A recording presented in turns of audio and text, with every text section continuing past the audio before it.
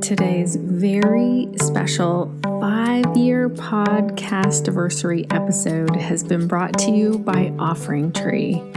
If you haven't heard about Offering Tree, it's an amazing all-in-one platform for yoga teachers where they can build websites, schedule classes, share all of their offerings from, and share things like courses and memberships. If you are looking for an easy way to get your yoga online and then to get it in front of people where they can sign up for it, head to offeringtree.com/Shannon for a special discount. Today's episode is also brought to you by Yoga Teacher Conf. Are you going to be there? If so, let's meet up in person. It's April 22nd to the 24th in Denver, Colorado. I am going to be there teaching, learning, and connecting with podcast listeners in real life. I am so excited. To find out more and register, go to yogateacherconf.com. That's yogateacherconf.com. And speaking of Yoga Teacher Conf, I was chatting with the founder, Allison, who we've had here on the podcast, and she asked if she could celebrate our 5 years of this podcast with an audio message. And oh my goodness, it really brought tears to my eyes. Have a listen to what Allison said. Hey, Shannon, happy 5 years of podcasting. I can't believe I've been listening to you for so long. You've inspired me so much. I just want to say thank you so much for a one-on-one consulting call we had years ago that inspired me to create the Yoga Teacher Conf, a conference just for yoga teachers. We're having our first event April 22nd through the 24th in Denver. Over 40 different classes that's really going to help yoga teachers dive into their personal practice, learn new ideas on how to get paid and make money teaching yoga, and teach safe, fresh, and inspiring yoga classes. I'm so pumped that you're going to be teaching there. And to register, for anyone who's listening, go to yogateacherconf.com. Have a great 5 years, Shannon. Oh my gosh, thank you so much, Allison. Just so our connected yoga teachers know, we're doing some little snippets to put on the podcast about the conference. And so I'm sitting here listening live and feeling like I'm going to cry with that. Thank you so much, Allison. I can't wait to see you in person. And any of our listeners that will also be there, I can't wait to connect. So let's actually dive in now that we're here, 5 years of episodes. Hello and welcome or welcome back to the Connected Yoga Teacher Podcast. I'm your host, Shannon Crow. I use she, her pronouns, and this podcast is being recorded on Anishinaabeg, Odawa, and Mississauga land. And I am learning more and more about how the indigenous people of Turtle Island, how they lived and cared for this land. A random fact about me, because I've been sharing these for a while now on the podcast, is that I love to drink kombucha. I'm not sure if this is a yoga teacher thing or a hippie hipster thing. I just love how it's a little bit fizzy and I can actually make kombucha on my counter if I want to. It's kind of a weird science experiment as well, which I really like. But lately we haven't been making our own kombucha. We've been buying it. And I was thinking I might get back to making it. So I'm curious. Do you like kombucha? Do you drink kombucha? Lots of my friends who come over who aren't in the yoga world don't know what it is. I'm also curious, what is your favorite flavor? So if you want to tell me, tag me on Instagram. Bonus points if you share a photo of you drinking or making kombucha or talking about your favorite flavor. I'm also a mom of 3, a yoga teacher, podcaster, and founder of Pelvic Health Professionals. And this podcast was created for you so that each and every week you are connected to the information and inspiration that will support you as you build your unique yoga business. And today's episode is especially for you on any of the days when you feel alone as a yoga teacher, because we all have this at some point. And I get it. I have this sometimes. I remember what it felt like to be very isolated as a newer yoga teacher just out of yoga teacher training. And I've also felt this way as a podcaster. So yeah, you and I get to hang out together on here every week, but it's also just me in my office right now with a nice peppermint tea, recording episodes based on the questions and the challenges that I hear from yoga teachers. Sometimes the conversation is very one-sided, just like when you're teaching yoga. So you know what it's like to lead your students through a yoga practice, and then they walk out of the room when the yoga really lands. They often walk out in this very self-reflective state where maybe they're not very chatty. They're kind of sitting with their own thoughts and how they're feeling. And this means, to me anyway, as a yoga teacher, I feel like, yes, I've done my job.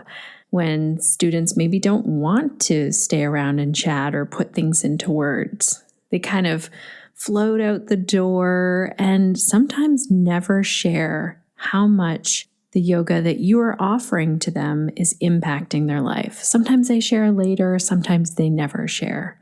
So this is one of the things that can make it like an isolating career.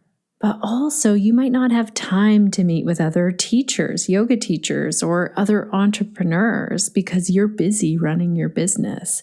You might see a teacher as you pass in the studio to teach classes, or maybe you see them at your farmer's market when they're buying their kombucha. But really, I get it. It can be a very isolating career. Now, I get asked quite often, actually, what goes into building community? How do you create a community? Because we've built a Facebook group of over 11,000 global yoga teachers. That's one of the reasons we get asked. And because that's really our mission here for the Connected Yoga Teacher podcast, is to create a place where you feel connected. That's why we invite guests on to speak. We talk about different topics. We want to really address things that you are asking, the things that are challenging you, and we want you to feel connected to a community, but also to information. Recently, I got asked by Dr. Lauren Tober to speak on the Mental Health and Yoga Summit, all about community, and it really made me do some reflecting, and especially as things have been going on where I live here in Canada that have really brought to light community. And when there's division within communities, there's a lot that's been going on, and the topic of community and building that supportive community has really been on my mind. So I'm excited to share some things with you today. And you know me, I like to make things super actionable. So maybe there's something in today's episode that you can use to either find a supportive community or create one. I know a lot of you are already doing this with your yoga students. Maybe not intentionally, but it's happening. People are coming together, practicing yoga together, and really connecting on a whole different level. There's one thing that I want to dig into first here, and it's because I've been able to reflect back from when I became a yoga teacher in 2006. I remember leaving that first 200-hour yoga teacher training with full intentions to keep in touch with the people who had just been in this 200-hour journey alongside me for a year.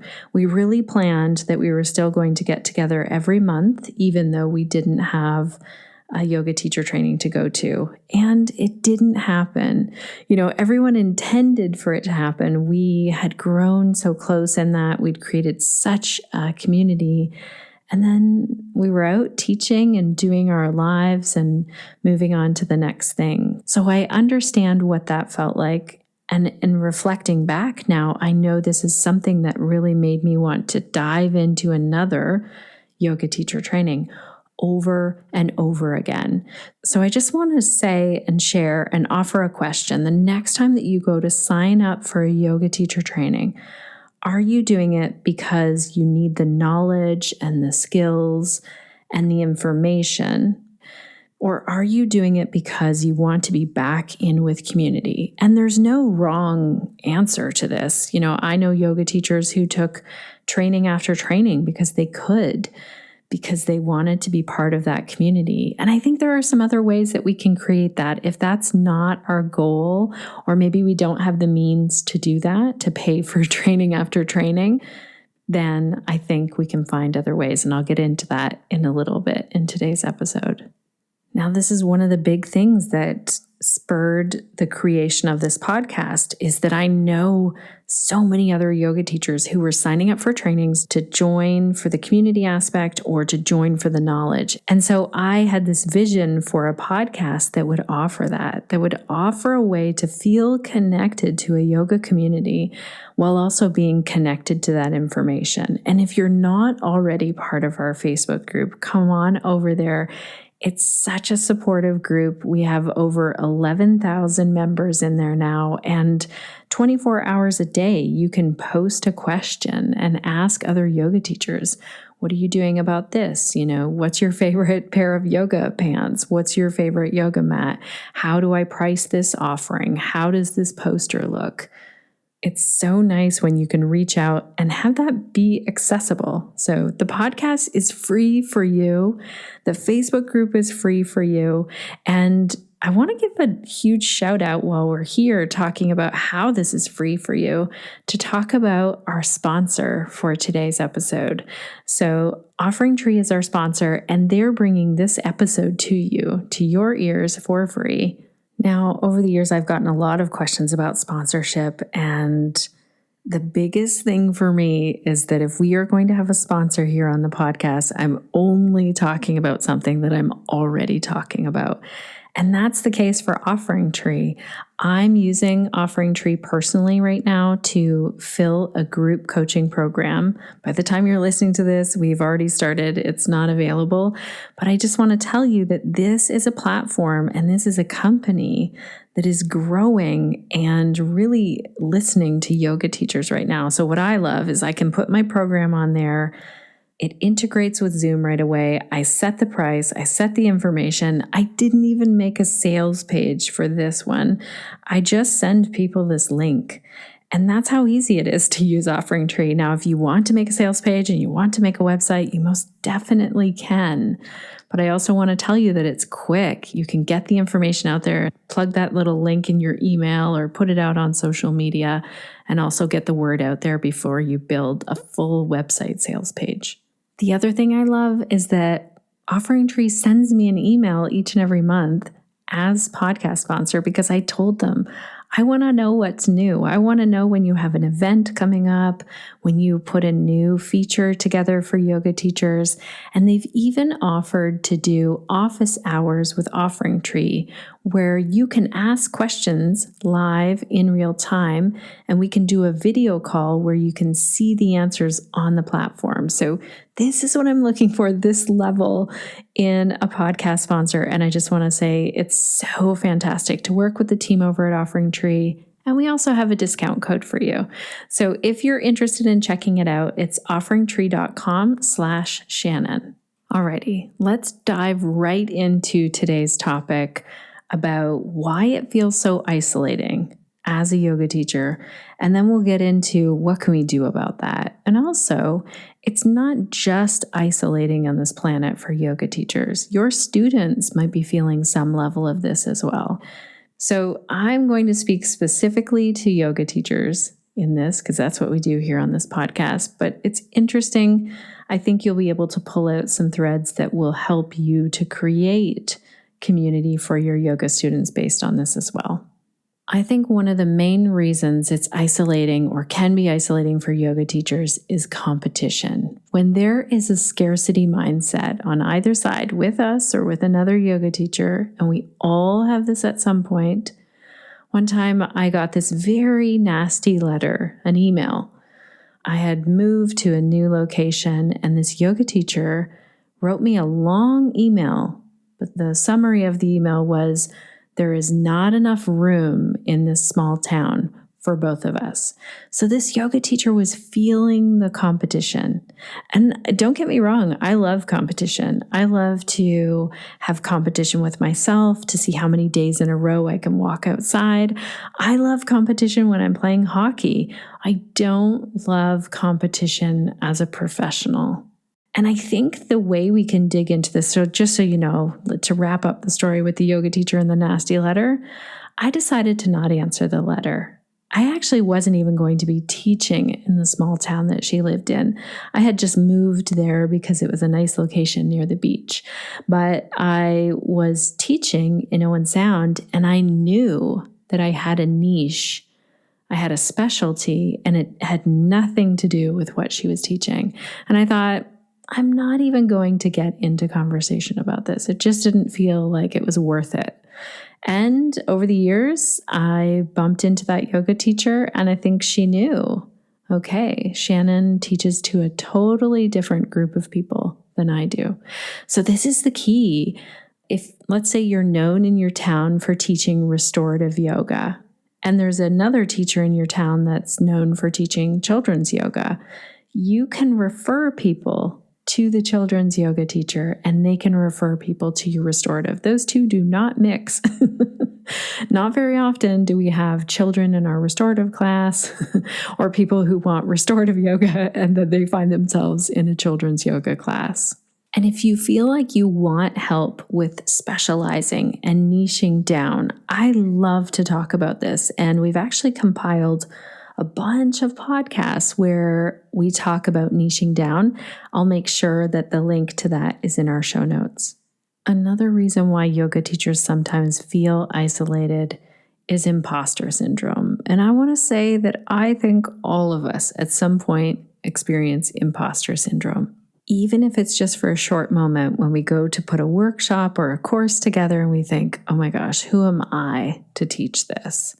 I had this come up when I was asked to speak about creating community. I thought, who am I to speak on this? Like, I am not the world leading expert on creating community. And there are times when I feel like I'm still very much learning about creating community. But remember that you are generally teaching to someone who you are a couple steps ahead of, or 5 or 10 steps ahead of.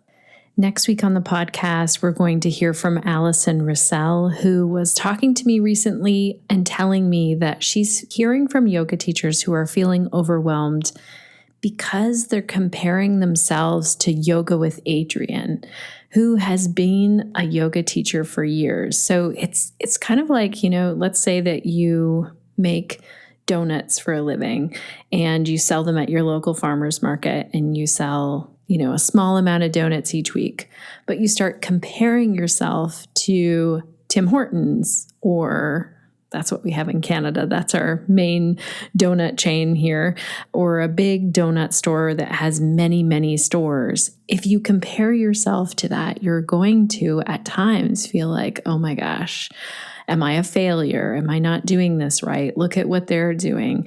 And I think that's one thing that can isolate us when we're starting to compare ourselves to someone who is much further along on the journey, a lot of the time just because they've put in more time than you.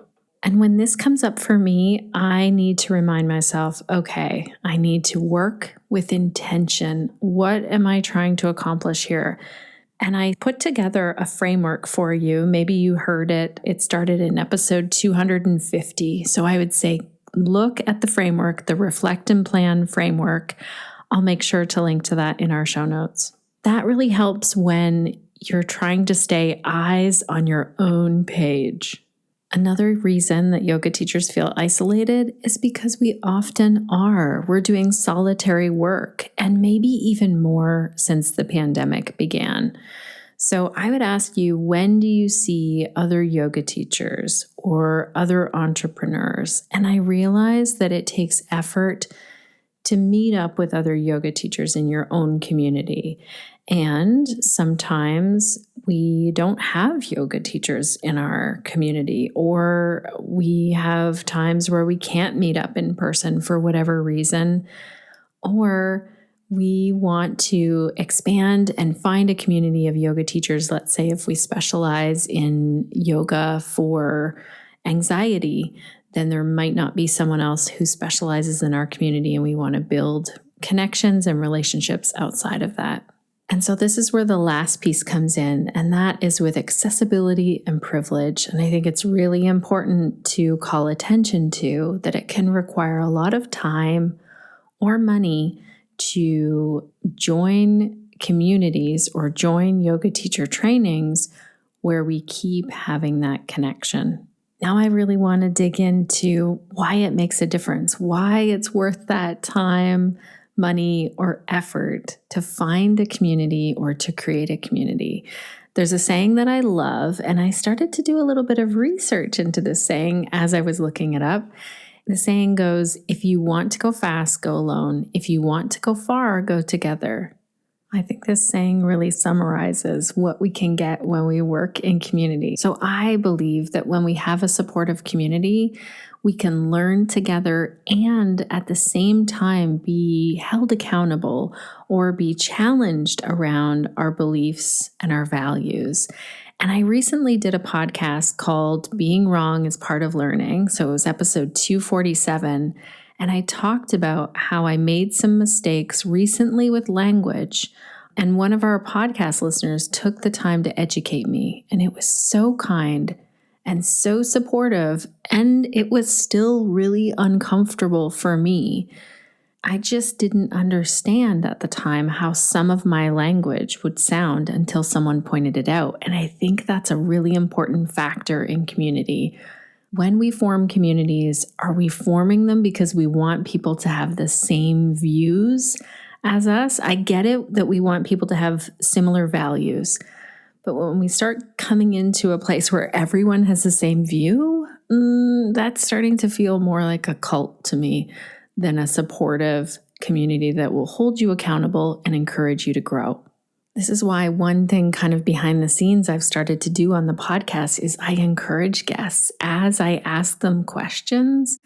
I want them to point out if the way I'm wording something is weird or offensive or could be said in a different way just because I don't understand the topic the way they do. And I'm digging in more to this part of, I can't know everything and I'd like to learn while I'm here. Another great example for yoga teachers is I used to say cues like, this twist can help with detoxing, or don't put your foot on your knee in tree pose, or don't let your knee go over the toes in warrior pose. And I've learned from amazing yoga teachers and peers that these are not accurate cues.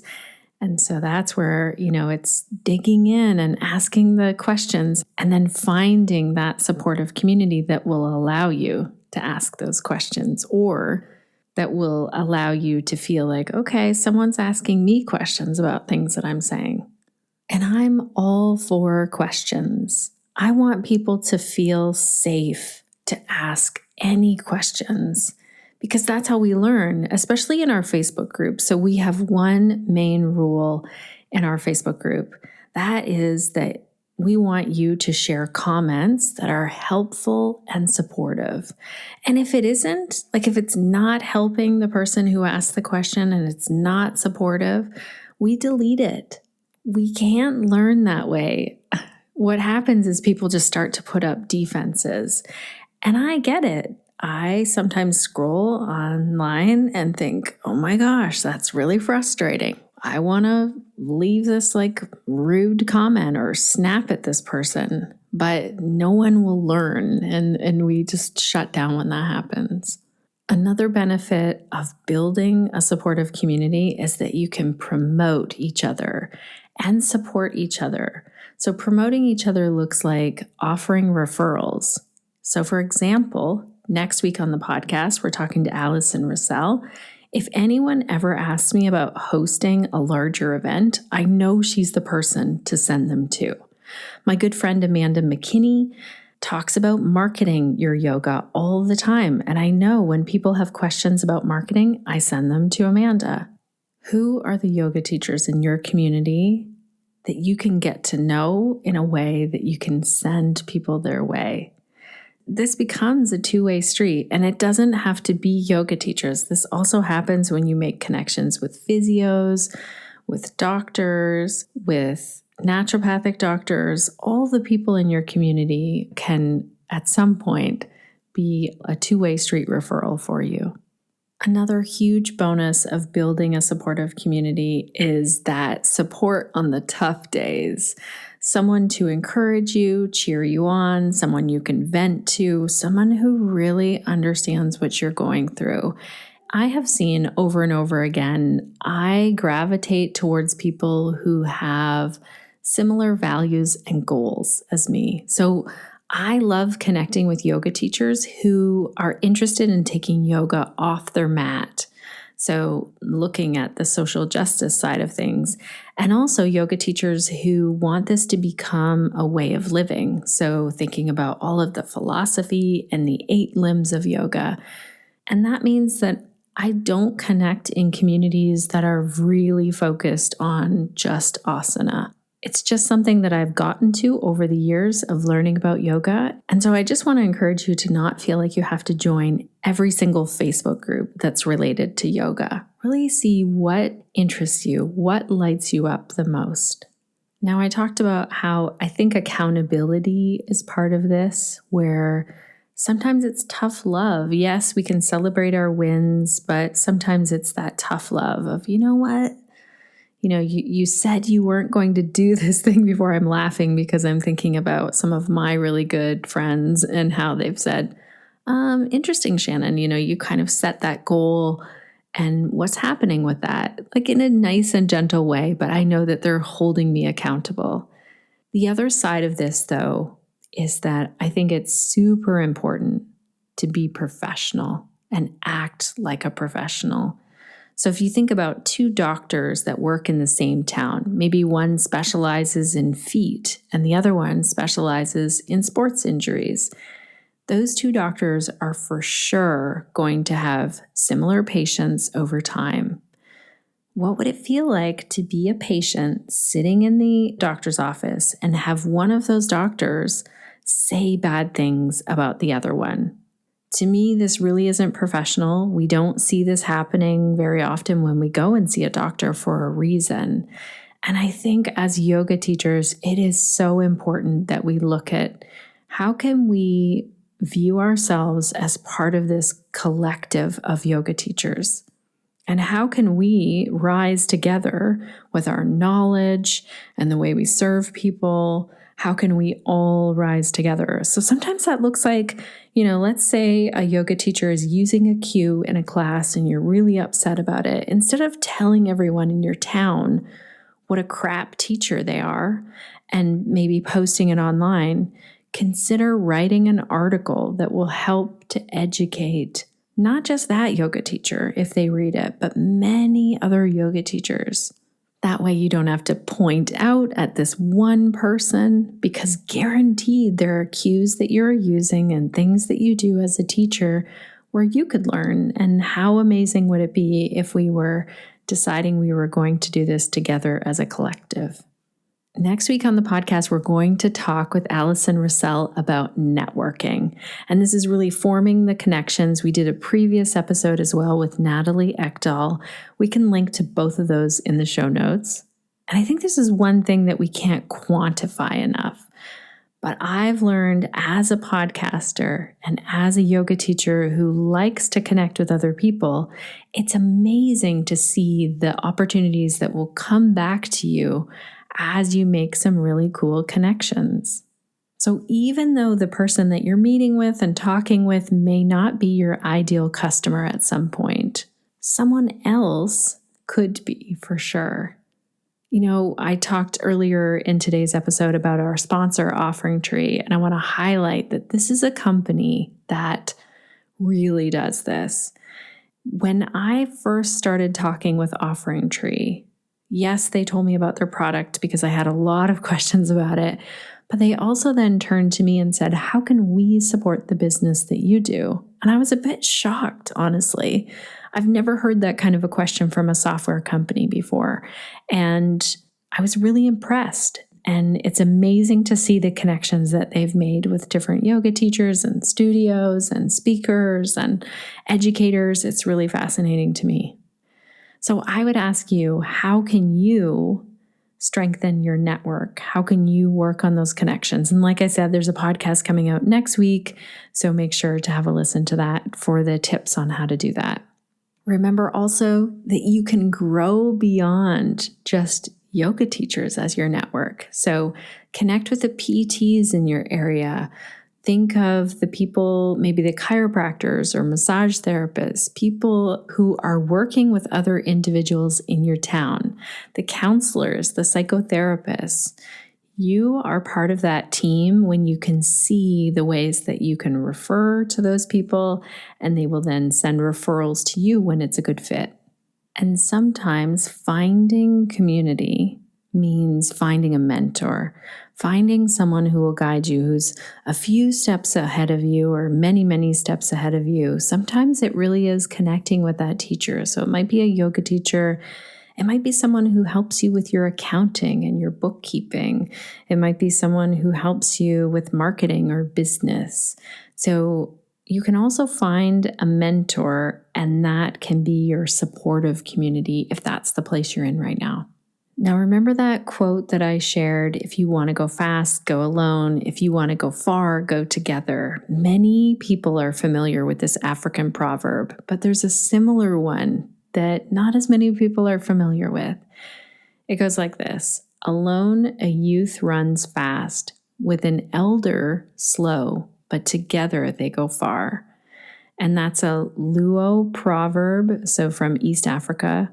And I think it's so important to note that sometimes we need that elder. We need someone who has done this before, has made all of the mistakes, or has learned from another mentor or elder.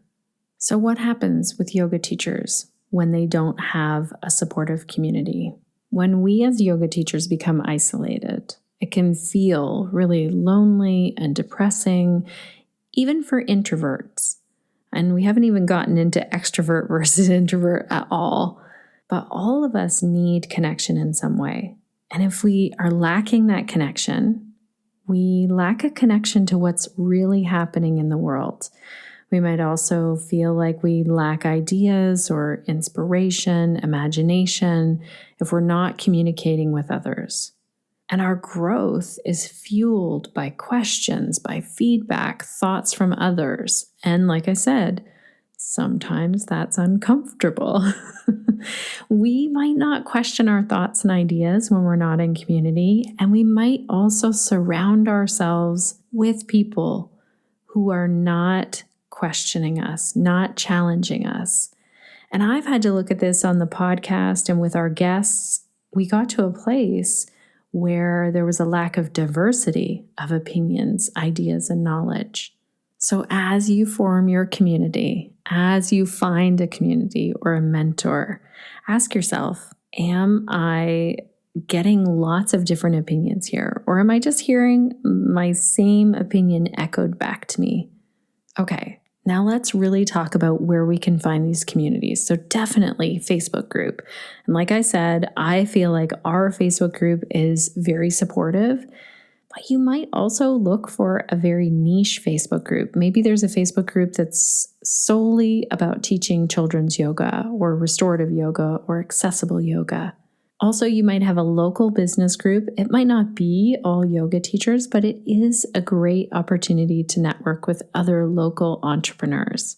Maybe you join a mastermind. So that can either be led by a coach, or it can be a peer mastermind that is no one specific leader. Everyone is setting up how the mastermind will work, and everyone in the group is equal, and no one's usually getting paid in those masterminds, in the peer-led ones. You might decide to connect with a biz bestie or a few. You might attend events, trainings, workshops, maybe private messaging someone on social media when you really appreciate something that they've shared, or you start following someone and it feels like you can promote what they're doing. Again, building these connections. We're going to talk more about that next week with Allison Russell. One thing that I love is asking how you can support someone. So if you do hop on a phone call with someone, or I do this at the end of my podcast interviews after I press pause on the recording, I ask my guests, how can I support the work that you're doing going forward? And someone else did this while I was on a call with them, and I really loved the way it felt. And so I do this. And sometimes that's, doing a connection email or posting on social media about something that they're offering or reading their book. It could be so many ways that we can support people. And lastly, keep your eyes peeled for the connectors in your community. So I live for and love creating a connection email between two people when I see like, oh, this person does this work and this person is doing this, and they fit so well together. Must be like the puzzle lover in me or something. But keep your eye out for those friends who love to write those connection emails. Or when you're talking with someone, you'll hear it come out when they say, ooh, have you met so-and-so? They're really great at this thing. That's the time to ask for that connection. Now, if you're super pumped about this now and you're like, okay, I feel inspired, I want to create a community, here are some quick tips as you go into doing that. Or maybe you want to strengthen the community that you're part of. First of all, don't reinvent the wheel. Look at other communities for inspiration. For example, if you're wanting to create a Facebook group, look at a group that you really enjoy. Take a look at their rules, take a look at the regular things that they post in there, and see, what do I like about this group and how could I recreate that? It's important. Set your rules, your mission, your goal, anything that you can write out to clarify it to you, but also to the people who might join the group. And I realize that along the way, you will start to set up policies and rules and things for things you never thought were going to happen. For example, in our Connected Yoga Teacher Facebook group, we just assumed that people would post things that related to yoga and teaching yoga. And we've learned that no, some people want to come into our group and try and sell everyone sunglasses. So we definitely have our group rules.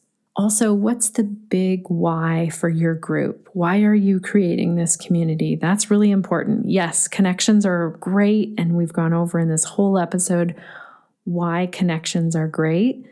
But what's the big why for your group that makes it unique? Also, don't shy away from generating profit when you're investing time and money into the group. A long time ago, my business coach at the time told me, Shannon, you need to look more at monetizing your Facebook group. And I struggled with that because I know that I want the group to be free.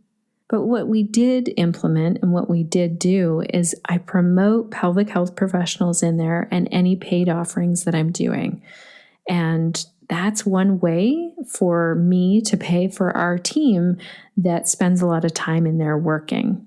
It helps to ask yourself as well, what problem is my group going to solve? Or what group do I wish existed? How would that help me right now? Or how would that help me 5 years ago or 5 months ago? Also, do not let the loud, negative members get you down. It's going to happen. Sometimes this means you need to care for the entire group by deleting comments, deleting posts, sending tough messages, and removing members. I really prefer to start that conversation with voicemail. I think so much can be lost in a text. Let's say we have a member that posts something and it goes against the group rules. I might reach out to that person, send a personal voicemail and say, hey, just so you know, this part of your post is amazing and this part right here broke the group rules. And that's why we can't allow it in the group. When I say don't let the loud negative members get you down, I mean it. Also, please listen to that feedback. What is happening in that group?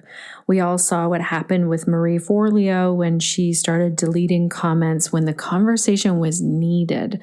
So sometimes the conversation needs to be there, and sometimes we can't see the importance of that conversation. Sometimes if we've limited our education around diversity, equity, inclusion. And also, not everyone is going to be a good fit for your group. Your group might not be a good fit for some people. Be very clear on what your group is about and where your values stand so that early on people can see, is this a good fit for me or not?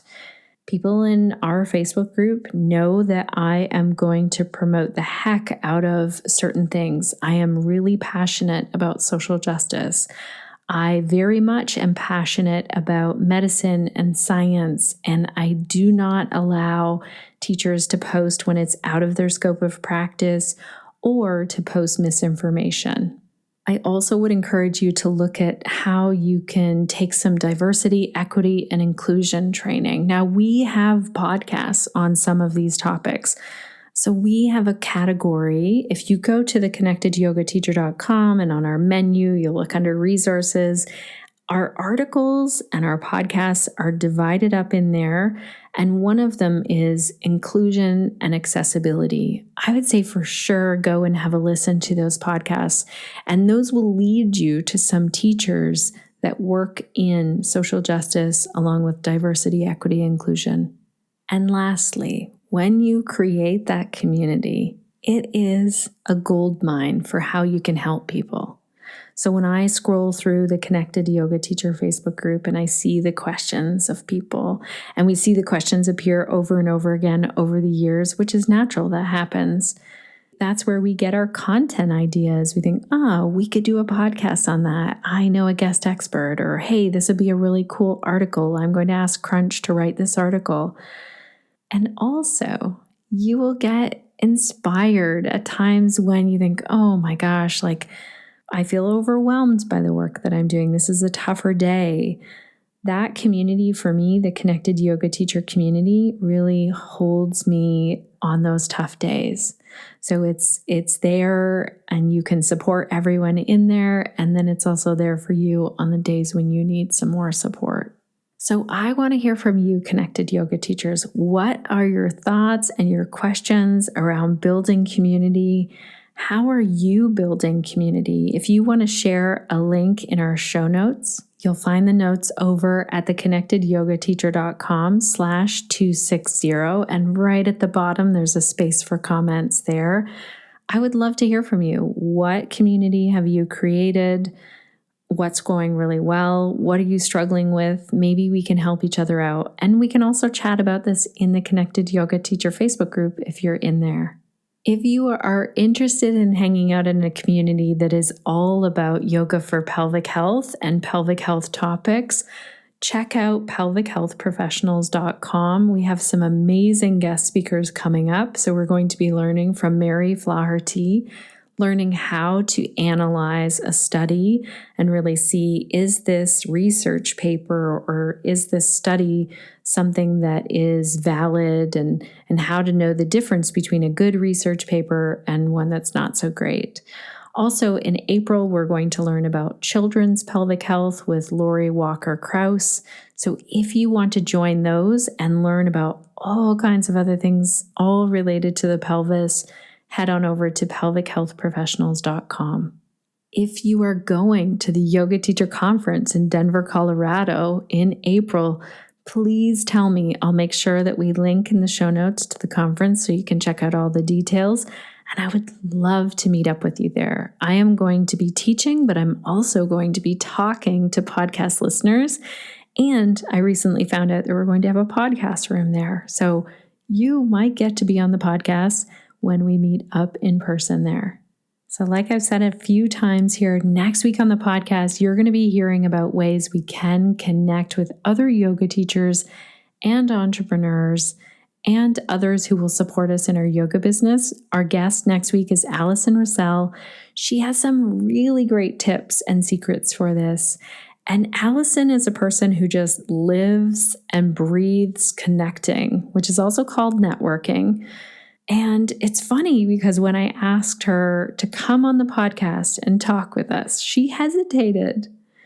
And I know that she can't see as well as other people can, that this is her natural gift. She just does this. She is definitely an expert in connecting and networking.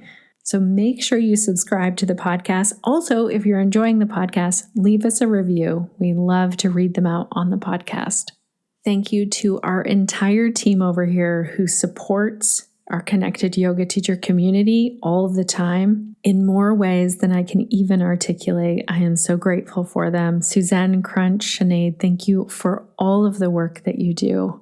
And thank you, dear listener, for being part of the community, for spending the time here today, for some of you being here for 5 years listening to the podcast. If you have listened to 5 years of this podcast, gosh, I want to just send you a huge hug right now and say how grateful I am. I'm so honored that I can do this work. I'm so grateful when I get notes from yoga teachers telling me that this is supporting them in any way in their business.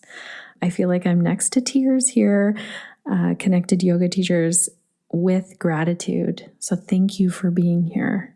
And you know what I'm going to ask. If you've been here any other week, you know I'm going to ask, what will you be doing this week to stay connected to yourself, your yoga practice, and to your community so that you can share the yoga that lights you up?